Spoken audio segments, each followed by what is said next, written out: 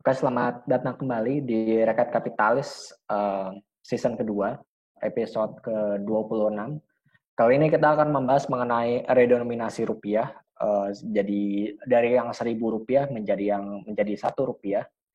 Sebelum kita bahas mengenai soal redenominasi rupiah ini atau pemangkasan nol di belakang angka 1, kali ini gue bersama Julio Halo. akan membahasnya. Eh, Oke, langsung aja kita mulai untuk Rekapitalis episode ke-26 ini. Apakah bagaimana mekanismenya dari Rp1.000 menjadi Rp1 dan apa sih redenominasi rupiah ini sebenarnya? Ini layar lu kepotong ya, Pak? Enggak Enggak. kepotong ya? Ya udah, lanjut. Oke, redenominasi apa sih? Redenominasi itu adalah penyederhanaan nilai mata uang menjadi lebih kecil tanpa mengubah nilai tukarnya. Pada waktu terjadi inflasi, jumlah satuan moneter yang sama perlahan-lahan memiliki daya beli yang semakin lemah. Dengan kata lain, harga produk dan jasa harus dituliskan dengan jumlah yang lebih besar. Jadi redenominasi rupiah ini sebenarnya adalah cuman penyederhanaan di belakang angka utamanya. Misalnya dari 1.000 menjadi 1, 10 juta menjadi 10.000, ya kan? Ya benar. Ya, 10 juta. 1 juta jadi 1.000. Ya, sebenarnya kita kan udah sebenarnya itu biasa ya bilang harga itu. Ini berapa duit nih? 5.000, padahal 5 juta. Berapa duit nih? 1.000. Betul. Iya kan? Sebenarnya kita udah sering kan gunain istilah-istilah kayak gitu. Karena mungkin ya karena kalau kita menyebutkan angkanya mungkin terlalu ribet. 5 juta berapa? Ini cuma 5.000 aja gitu. Padahal sih 5 juta. Sebenarnya itu ya redenominasi. Jadi itu sebenarnya penyederhanaan angka tanpa mengubah nilai dari si barang tersebut. Itu sih intinya. Nah, ini adalah contohnya dari 1.000 menjadi 1. Apa sih perbedaannya dengan Sunring? Kalau pernah dengar nggak ada yang Sunring? Lu pernah dengar Wok, namanya Sunring Wok? Sunring, ntar ketutup ini. Enggak, kayaknya. Enggak. Nah, yang duit dulu dipotong itu. Iya, betul. Sunring itu adalah pemotongan nilai uang sehingga terjadi penurunan daya beli masyarakat. Kebijakan ini biasanya dilakukan dalam kondisi perekonomian yang tidak sehat.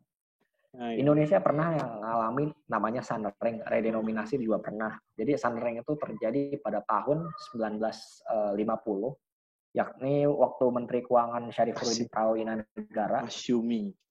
Ini ada di buku sejarah nih. Dia dari Partai Masyumi di kabinetnya Hatta ya, Republik Indonesia Serikat waktu itu. Waktu itu jadi itu uang yang berlaku di zaman itu ada uang dari Javas Bank, ya, uang Nika atau istilahnya uang merah sama uang ori. Nah, aturan gunting itu tidak berlaku untuk untuk si uang ori ini.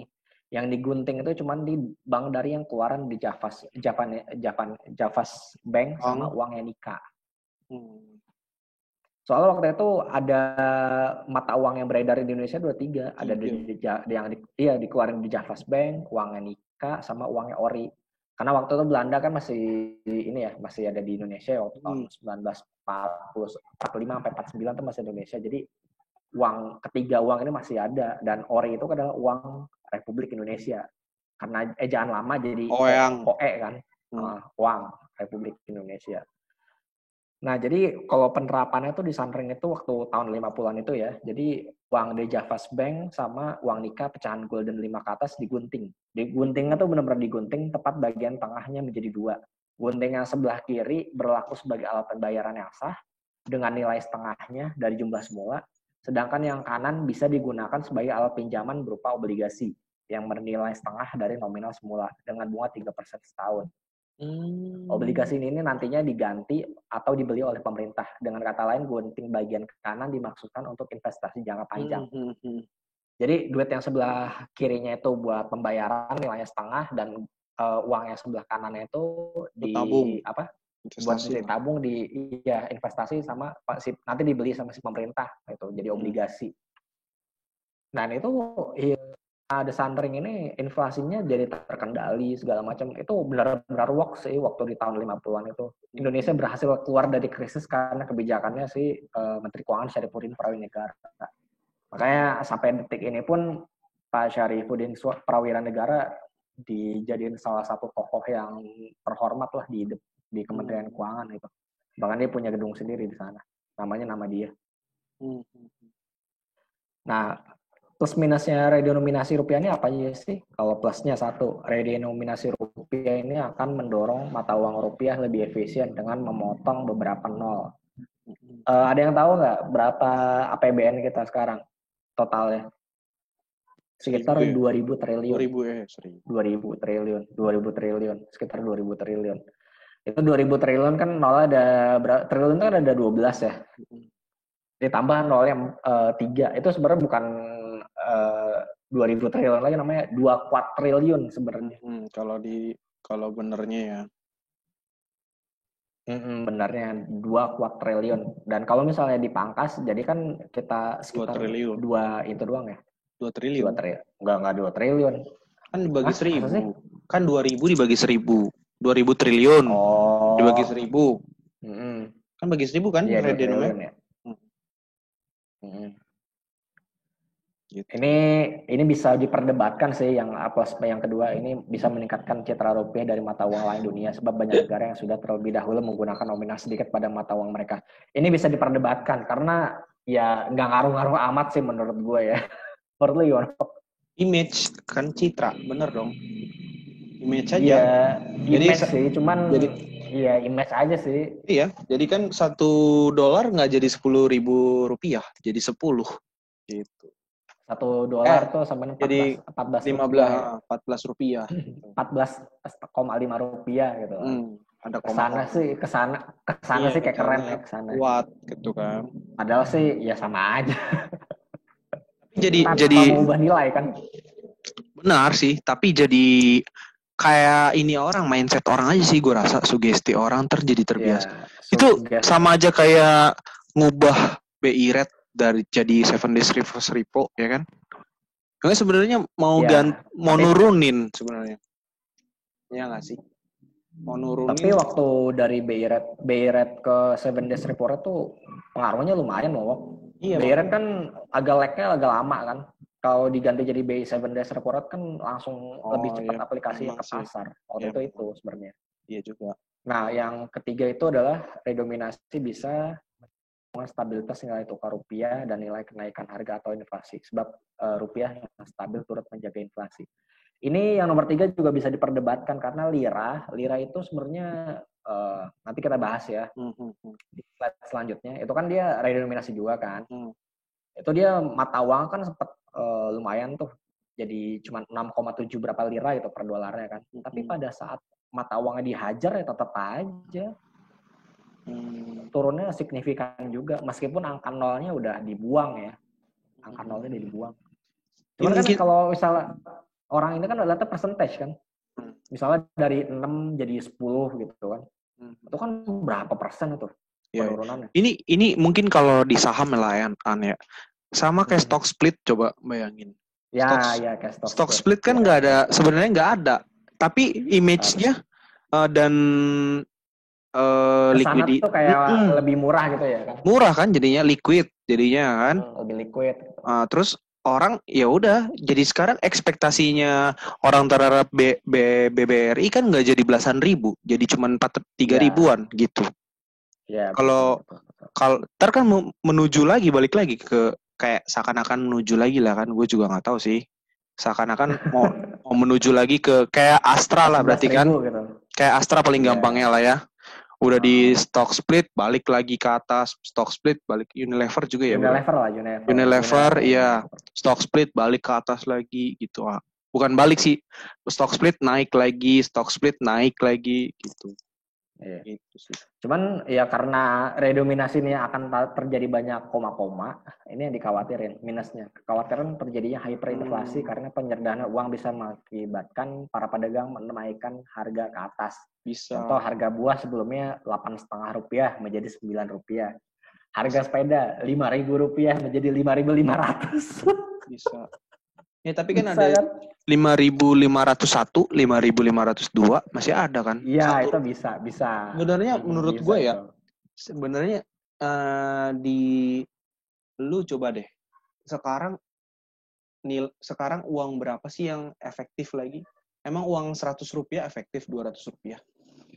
Udah jarang lu pakai nggak? Gitu aja sih. Lu lebih, ya bahkan orang ada yang 2.000 aja maunya. Dia nggak mau megang 1.500, 200. Tapi gue rasa sih poin di sini adalah kalau misalnya ini digunakan secara masif gitu, maksudnya yang ngelakuin ini banyak orang, itu pasti bakalan efeknya nggak sedikit tuh. Betul. Efeknya akan banyak. Jadi kalau gue prediksi ya, hyperinflasi di awal nih, orang pada bingung kan. Bingung dulu kan. Kayak perubahan dulu gitu, konsolidasi. Ya ini dulu ya, penyesuaian dulu lah maksudnya kan. Penyesuaian bingung. Terus abis itu, kalau menurut gue sih, ya running aja lagi. Business as usual gitu. Orang udah mulai terbiasa dengan 8,5 instead of 8.500. Gitu sih. Kalau menurut gua. Karena itu tadi, lu beli buah, emang lu tawar 200 perak. Enggak kan? Paling lu tawarnya 5.000, 2.000 itu. Paling hebatnya. Ya, bro. Tetap gua, ini tetap salah satu gitu. Tetap salah satu kekhawatiran sih kalau menurut gue. Ya. Apa ya? Nggak semuanya bisa semudah itu nanti. Yang kedua itu adalah meningkatnya biaya pencetakan uang baru. Nah, ini jelas. Ini jelas. Kalau pencetakan uang baru bakalan keluar duit juga buat nyetak uangnya, biayanya. Terus ada biaya sosialisasi hingga pengubahan sistem elektronik di semua institusi, mulai dari kementerian atau lembaga, bank hingga toko-toko. Itu juga pasti bakal ubah sistemnya juga kan. Tadinya angkanya banyak jadi sedikit, itu juga pasti ada ubah sistem. Kalau harusnya yang angka yang banyak jadi ya nggak perlu banyak-banyak lagi sih. Ya penyesuaian lah. Penyesuaian. Semuanya ya di Alfamart, Indomaret, gitu-gitu kan semua. Iya. Gitu. Nah ini yang perlu kita concern sebenarnya nggak semua negara berhasil redenominasi ini loh, mata uang loh. Mungkin lira yang berhasil ya, lira ya. Ini lira redenominasi rupiahnya selama 7 tahun sejak 2005. Lira itu konversi 1 YTL untuk 1 juta TL. Buset. Dia lebih gila lagi. 1 juta? 1 juta. Itu gila sih sebenarnya. Jadi 1 lira doang ibaratnya gitu kan. Itu kan lebih berani lagi, bro. Iya, cuman dia waktu itu emang inflasi sih jadi turun ya. Waktu itu inflasi jadi turun segala macem. Tapi ya itu harus diimbangi sama sosialisasi yang bagus sih. Nah, yang kedua itu adalah Rusia. Ini Rusia termasuk contoh yang gagal ya. 98 itu dia pengen redominasi 3 angka belakang 0. Sama kayak kita tuh. 1.000 rubel menjadi 1 new rubel. Rusia yang jalanin redominasinya selama 4 tahun. Salah satu penyebab kegagalannya adalah ketidakmampuan pemerintah maupun bank sentralnya untuk meyakinkan masyarakat bahwa redenominasi tidak akan mendorong inflasi. Di sana tuh isunya gini, gila kita dirampok sama pemerintah duit dari 1.000 jadi 1. Nah itu maksud gue yang susahnya. Susahnya di situ. Dan masyarakat Indonesia lo tahu sendiri kan, kita bahas beberapa episode yang lalu, literasi keuangannya itu rendah banget gitu loh. Iya, apalagi ngadain kayak ginian, ntar orang-orang pada nggak terima sebenarnya. Itu maksud yang penting yang lu bilang nggak semudah itu. Iya itu, maksud gue literasi keuangan kita aja rendah banget. Lu mau ngejelasin uang 1.000 jadi 1 sama orang yang nggak pendidikan finance, gimana ceritanya? Ya inilah gunanya media sosial sih. Jadi orang nanti kan di media sosial akan ada kubu pro redenom, akan ada kubu kontra redenom kan. Perang lah lagi kan tuh sampai harusnya sih sampai tujuannya tercapai ya. Bahwa orang ngerti semua. Nah terus ini 3, Zimbabwe. Ini negara yang luar biasa sih. Dia ngelakuin 3 redenominasi 2006, 2008 sama 2009. 2006 itu harga dolar Zimbabwe itu disunat 3 digit. Saat uang 1 ZWN menjadi dari 1.000 jadi 1. Namun rencananya sama ke Indonesia. Namun karena melimpahnya uang beredar akibat mencetakan uang gila-gilaan, inflasinya nggak terkendali. Di 2007 inflasi Zimbabwe sampai 1.000%. Ya, iya. Harusnya dia pakai Gunting Syarifudin sih, kok gue bilang ya. Apa? Harusnya itu pakai itu. Pakai Gunting Syarifudin harusnya. Iya, harus pakai itu sebenarnya. Istilahnya itu ya. Iya, harusnya pakai itu dia. Jadi mata uangnya tuh benar-benar yang apa yang ada tuh nilainya jadi setengah. Itu kan ngekat inflasi tuh. Nah, itu harus pakai itu. Ya, dia harusnya nggak cetak uang lagi sih harusnya ya. Iya, nggak cetak uang lagi. Kenapa dia nggak belajar Indonesia ya? Terus yang keempat ini adalah Brazil. Brazil ini sempat gagal di redenominasinya tahun 86 sampai 89. Dia penyederhanaan mata uangnya dari Cruzeiro menjadi Cruzado. Namun kurs mata uangnya justru terdepresiasi tajam terhadap dolar hingga mencapai ribuan Cruzado setiap dolarnya. Kegagalan ini menyebabkan inflasi sampai 500% per tahun. Dan bukan Brazil aja ya, Argentina juga gagal. Jadi negara-negara Amerika Latin tuh pernah sempat gagal nih redenominasi rupiah. Cuman akhirnya Brazil tahun 90-an kalau nggak salah berhasil deh redenominasi. Cuman yang tetap gagal itu ya tetap si Argentina sih. Argentina redenominasi tetap aja mata uangnya udah ya begitu-gitu aja dah. Makanya kan ekonominya begitu-begitu aja. Padahal dulunya di tahun 1800 kan itu salah satu negara kaya di dunia sebenarnya.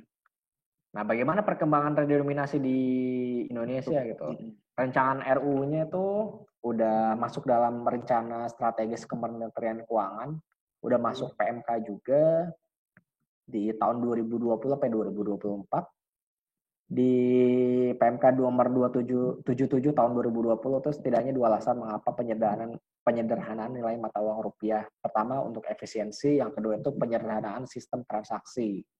Nah, ini juga untuk APBN tidak banyak angka atau berkurangnya di jumlah digit rupiah. Tapi syarat-syarat kita melakukan suatu negara melakukan redenominasi mata uangnya adalah yang pertama, pertumbuhan ekonominya harus stabil. Yang kedua, inflasinya harus stabil. Itu syarat-syarat baru si redenominasi itu akan berhasil. Jerman juga pernah redenominasi rupiah kalau nggak salah tahun 30-an deh. Banyak sih negara yang udah melakukan redenominasi gitu. Ya worth to try lah. Kita kan. Menurut gue sih kalau untuk saat ini ya belum ya. Mungkin nanti setelah 2024, setelah perekonomian dunia itu pulih karena pandemi COVID-19 ini, gue rasa tuh boleh lah dicoba. Gue rasa ya. Kita kan udah tahu nih, pertumbuhan kita udah mulai stabil lagi atau segala macam. Itu sebenarnya kuncinya di redenominasi rupiah tuh di situ. Pada saat pertumbuhan ekonomi udah stabil, inflasi udah terjaga, nah di situ baru kita melakukan redenominasi rupiah. Gue rasa sih itu ya. Kalau untuk sekarang kayaknya belum tepat deh. Soalnya APBN kita kan defisitnya udah berapa persen dari GDP, udah 5% kalau nggak salah. Itu agak-agak kurang bijak sih menurut gue. Bukan kurang bijak, malah nggak bijak sih menurut gue. Soalnya nanti hasilnya malah nggak begitu bagus. Orang malah lagi susah, malah jadi panik gitu ibaratnya. Wah gimana nih, kita udah susah, kita dipotong lagi. Itu yang ditakutkan. Apa sih nada-nada ya ditakutkan tuh kayak gitu-gitu. Makanya nggak cocok kalau sekarang menurut gue. Kalau dibikin RUU jadi undang-undang ya silakan nggak apa-apa. Tapi pelaksanaannya kalau bisa lebih dari tahun 2024 sih menurut gue sih kayak gitu. Kan Bapak Presidennya 2024 udah kelar Pak periodenya. Sementara dia mau genjot banyak itu kali gue rasa. Dan ini kan udah dari lama. Kalau udah jadi undang-undang ya harus dilaksanain kok. Iya makanya.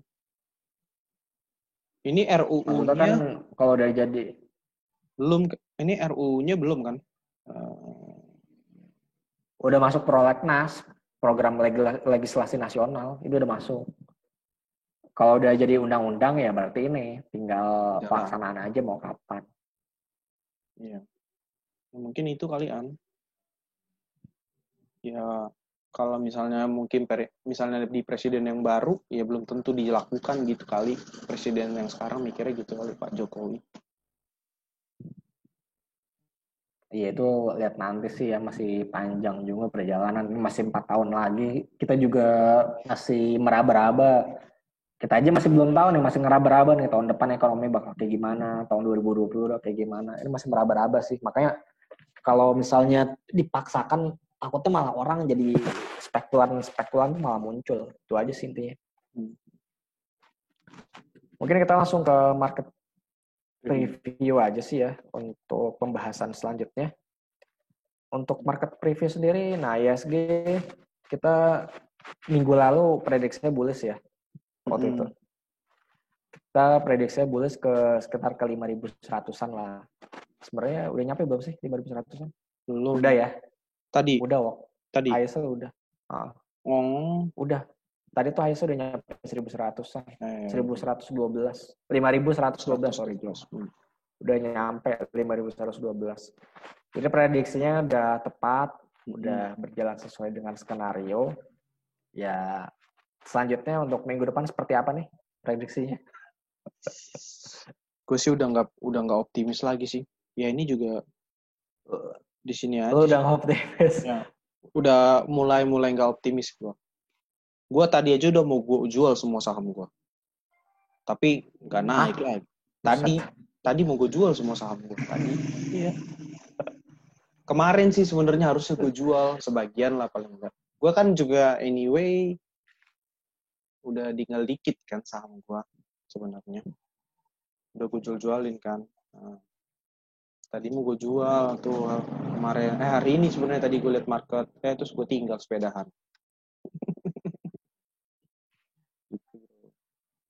Gue sih apa ya? Kalau gue malah menurut gue sih minggu depan masih menurut gue. Soalnya udah beda sih fasenya.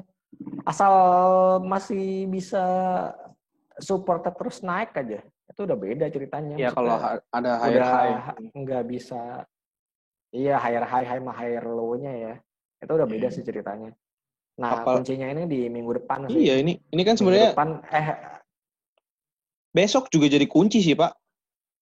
Nih, iya, ini besok jadi kunci sih. Nembus nggak nih yang lu gambar titik garis merah ini, garis putus merah ini. Tembus nggak ke atas?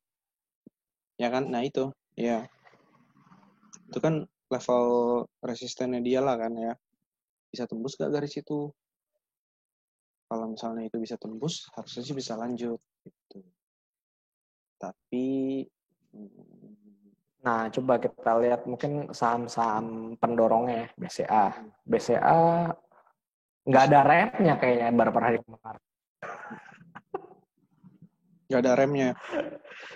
Iya, hampir nggak ada remnya BCA. Baru hari ini di rem. Kalau untuk saham BCA ya, BCA baru hari ini ada remnya. Sangat oke banget sih. Terus coba kita lihat BMRI juga sama. Kok BMRI masih dari satu sih ya. BRI kayaknya juga sama deh, geraknya mirip kayak gini. Nah iya benar sama. Masih sideways. Yang ngacir terus dari awal bulan ini tuh si BCA ya. BCA dari 29.000 sampai ke 30.500. Berarti yang nopang ya ini gitu. BCA. Salah satunya BCA. Cuman kalau misalnya BCA berhasil naik lagi Jumat ini dan minggu depan, ya kemungkinan besar ini saham-saham ini bisa ngikut sih. Meskipun ngikutnya nggak sekencang BCA gitu misalnya ya. Bisa ngikut sebenarnya. Dan coba kita lihat gimana. Coba lu mau lihat apa dulu, lanjut dulu deh. Apa ya misalnya Unilever masih ini nggak sih? Masih apa? Ya udah nggak begitu ya Unilever ya. Coba. Unilever juga udah sideways ya. Setelah naik kencang kemarin. Sinyalnya agak coba putus sih, Pak. Astra lah coba. Astra sama Telkom. Astra mentok di 5.000 terakhir. Ini Telkom juga masih si downtrend Telkom. Kok Astra ya? Ganti bro. Ya. Nah, ini Astra juga sideways nih dari Juni. Ini Astra dari Juni, dari 8 Juni sampai tanggal hampir sebulanan sideways terus. Iya ya. Sideways. Nah, tapi yang perlu kita perhatiin itu sebenarnya saham-saham itu tahu properti. Coba deh CTRA. Coba ya CTRA. Nah, apa naik? Iya, CTRA nih mulai bangkit lagi. Terus Powon coba Powon. Powon belum. Coba WSKT. WSKT udah mulai dikit-dikit. Mana orang PTPP. Southwest. Ya, at least ya Southwest sih. PTPP coba. Pelan-pelan, PTPP yang pelan-pelan bro. Soalnya sinyal kayaknya agak jelek. PTPP udah naik ya. udah naik PTPP. Kemudian Wow, mau 1.000 ya PTPP ya. Minggu udah lalu 1.000 kemarin. Iya ya. Ini waktu terakhir Udah kita 1.000. podcast kan masih 800-an. Berarti naik lagi ya. 900 kok. Iya, naik lagi. 800-an Wika masih coba bro. kita lihat. Iya ya. Nah, ini Wika juga dari turun udah mulai rebound lagi. Mungkin ke 1.400 dulu kali ya untuk Wika. Cepin lah itu, coba lihat Cepin. Nanti dulu Cepin malah turun ya. Cepin kemarin udah sempat naik kencang soalnya 6%. Oh iya ya. Terus 7%. Udah naik 13%. Habis itu ya 14% itu turun. Ya wajar lah. Bukannya nggak wajar, ini udah wajar soalnya naik kencang banget kemarin. Terus kalau main masih kemarin sempat naik, cuman naiknya nggak signifikan sih. Coba Java ya. Java boleh coba. Apalagi ya Java sekarang? juga sama sih. Sama. Ya paling itu sih. Era Pak? Apa lagi? Bentar. Era ya. Era juga sama, kemarin sempat naik, kemudian 2 hari ini turun, kan naik 8% kemarin. Yap. Ya. Jadi mungkin saham yang bisa kita rekomendasiin tuh apa ya? LSIP juga. Apa ya? LSIP juga lagi mau coba nembus resisten. Jadi kalau menurut gue sih, kalau gue simpulin ya, saham-saham yang bisa dilirik itu kayaknya konstruksi itu kayak si PTPP, kita tuh masih di bawah gitu. Terus banking, BCA, mungkin itu juga bisa inilah masih oke lah. BRI juga bisa dilihat juga, BNI juga BNI. BNI belum kemana-mana ya? Iya belum kemana-mana juga. Oh iya satu lagi yang hot nih BTN. Yang apa? Ini hot banget. Yang hot. Ini BTN. Oh iya. Kemarin sempat naik 9%. Ini juga kayaknya kalau misalnya dari 1.300-an balik ke 2.000 kayaknya lumayan juga nih sebenarnya untuk BTN. Apa ada hubungannya sama sekarang ini mulai ini lagi ya? Properti rumahnya, bukan yang properti konstruksi ya, properti housing sama ya perumahan sama ini. Kayak gue ngerasa kayak mulai ada demand lagi sih gitu, dan mulai agak gencar lagi gitu. Mulai agak gencar lagi. Enggak gini. Kalau kita lihat ya, gue lupa kinerja siapa ya yang jual rumah yang 1 miliar ke bawah gitu. Gue lupa developer siapa. Itu emang masih bukan SMRA. Kok gue lupa siapa gitu. Bukan SMRA deh kayaknya. Bukan Asri ya? Gue gak lupa. Asri kayaknya deh. Siapa? Asri sih kayaknya. Kenapa yang 1 miliar ke bawah? Salah, mereka tuh jualannya masih oke. 1 miliar ke bawah. 1 miliar ke bawah. Asal rumahnya nggak nyampe 1 miliar ke atas ya. Kayak 900, 800. Itu masih oke penjualannya. Karena orang juga ya masih cari rumah lah. Karena kan suku bunga masih rendah. Masih cari rumah mereka. Biasanya 2 miliar deh bro. Harganya 2 miliar ke bawah biasanya. Disebutnya biasanya 2 miliar. Enggak. 1 miliar? Enggak, 1 miliar ke bawah. 1 miliar ke bawah. Ya Wok, kan sekarang yang generasi penopang itu kan kita Wok. Iya sih. Cuman kayaknya masih ada yang mau melirik 1 miliar ke atas gitu, masih ada. Gitu. Tapi orang pasti akan mikirnya tuh adalah kita mampu beli rumahnya yang 800-900 juta. Nggak mungkin loh yang 1,5 miliar gitu. Wah itu kayaknya jauh deh kalau seumuran kita tuh beli rumah yang harganya segitu ya. Ya kita kan karyawan biasa ya. Kalau di luar kan ada yang karyawan super gitu, yang gajinya puluhan juta kan ada. Kita kan karyawan biasa aja nih. Jadi menurut gue ya wajar yang laku tuh rumah 1 miliar ke bawah tuh wajar menurut gue. Ya sih. Bukan sesuatu yang masih ada demand-nya, masih ada. Ya itu kan rumah masih, pertama apalagi biasanya. iya, apalagi bangsaan yang apa?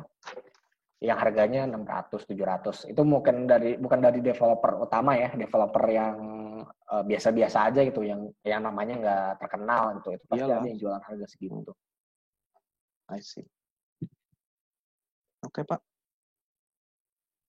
Jadi untuk minggu depan gimana nih menurut lo ISG? Balik lagi ke Di atas 5.000. 4.900 apa di atas 5.000, di atas 5.000 deh menurut lo minggu depan? Gue sih takut emiten-emiten ini sebenarnya nggak kuat buat sebenarnya keuangannya gitu, nggak kuat buat Short term aja dulu lah. Gue iya. panjang short term aja dulu. Ya short term sih mungkin kalau ngomongin minggu depan doang ya paling di situ-situ aja sih. Gue nggak ada lihat potensi buat naik yang signifikan kalau gue. Nah kecuali nih besok tembus nih, besok kan hari Kamis ya. Besok hari Jumat. Hari terakhir ya. Besok tembus misalnya dari 5.053 ini. Ya udah, mungkin minggu depan masih bisa lanjut, tapi sih gue kayak nggak seyakin itu. Kalau lu nanya gue kemarin, gue masih agak yakin. Oh my god, sorry. Masih agak sedikit yakin gitu buat apresiasi. Nah ini enggak sih. Enggak terlalu. Kalau gue pribadi sih mungkin ISG akan koreksi. ISG akan koreksi. Cuman koreksinya ya paling ke 49-an, kalau nggak 4850 lah. Kalau gue gitu, kalau gue. Dan minggu depannya lagi, itu kan koreksi tuh. Nah, minggu depannya baru lepas dari 5.050-an dah. 5.100, 5.200. Menurut gue sih kayak gitu ya. Menurut perkiraan gue gitu. Berarti tapi bisa aja minggu depan gue bilang sih ya koreksi. Cuman koreksinya paling ke ya 4.900, 4.850. Bahkan menurut gue agak susah kurang dari 4.800 ya kalau menurut gue. Udah agak susah sih kok. Coba kita lihat ya 4.850 di mana.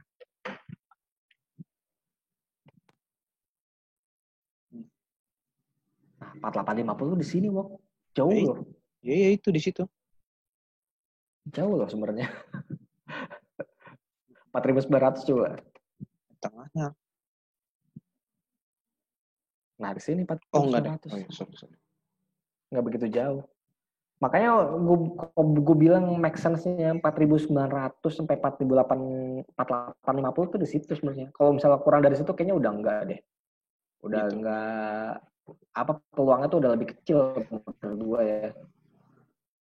Based on support yang ada loh ya kalau gue.